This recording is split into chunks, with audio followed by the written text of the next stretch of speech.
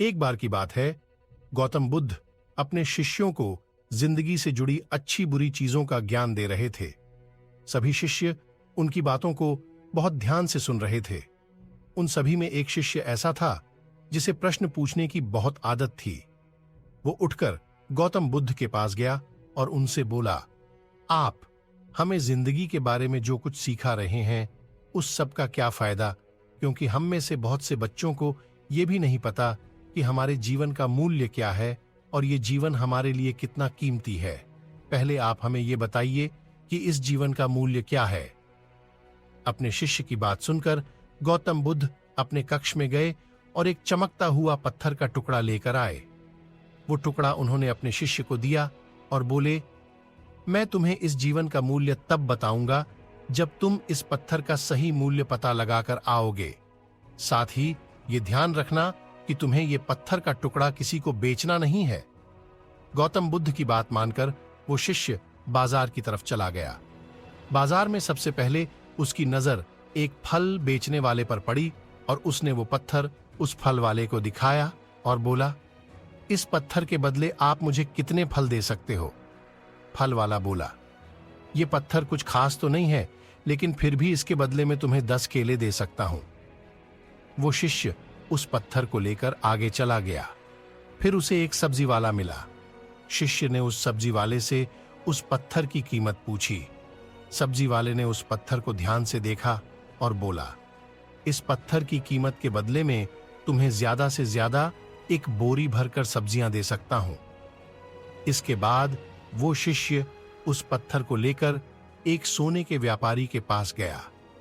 उस पत्थर की टुकड़े की चमक देखते ही उस सुनार ने उसकी कीमत 100 सोने के सिक्के लगाई।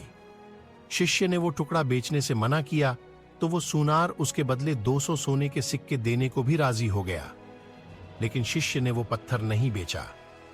इसके बाद वो शिष्य एक हीरों के व्यापारी के पास गया और उनके सामने उसने वो पत्थर के टुकड़े को रख दिया।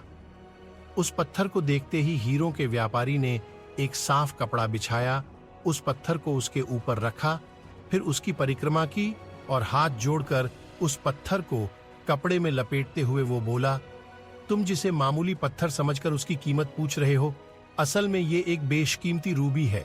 ऐसा रूबी हर किसी को नहीं मिलता। मैं अगर अपना सब कुछ बेच भी दूं तो भी इसकी कीमत नहीं चुका सकता।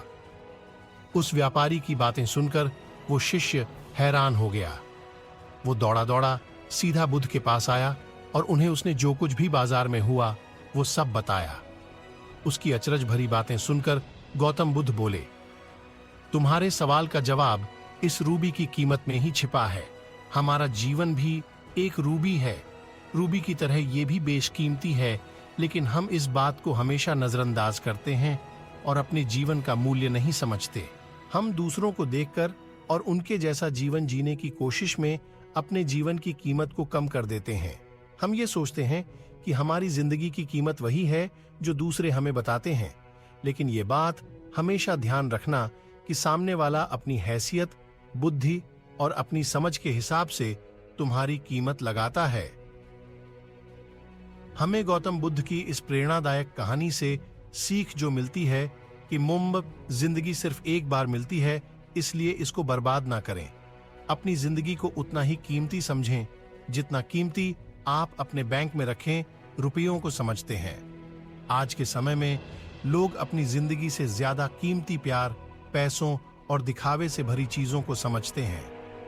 प्यार के चक्कर में लोग सुसाइड कर लेते हैं, पैसों के चक्कर में ऐसा काम करने लग जाते हैं जिससे उनकी जिंदगी बर्बाद हो जाती है। नाम कमाने के चक्कर में उल्टे सीधे काम करने लग जाते हैं। हमेशा याद रखें कि दिखावा करना जरूरी नहीं है। प्यार दोबारा मिल सकता है, पैसा फिर कमाया जा सकता है, लेकिन जिंदगी को फिर से पाया नहीं जा सकता। इसलिए अपनी इस बेशकीमती जिंदगी को अच्छे से जिए। हर पल का आनंद लें। कभी ये ना सोचें कि आप इस दुनिया में किसी काम के नहीं हैं, न कभी ये सोचें कि आपकी जिंदगी व्यर्थ है। आपके होने या ना होने से कुछ फर्क नहीं पड़ता। जब भी ऐसे नेगेटिव विचार आपके मन में आए तो खुद को बस ये याद दिलाएं कि जीवन एक रूबी है और ये बेशकीमती है।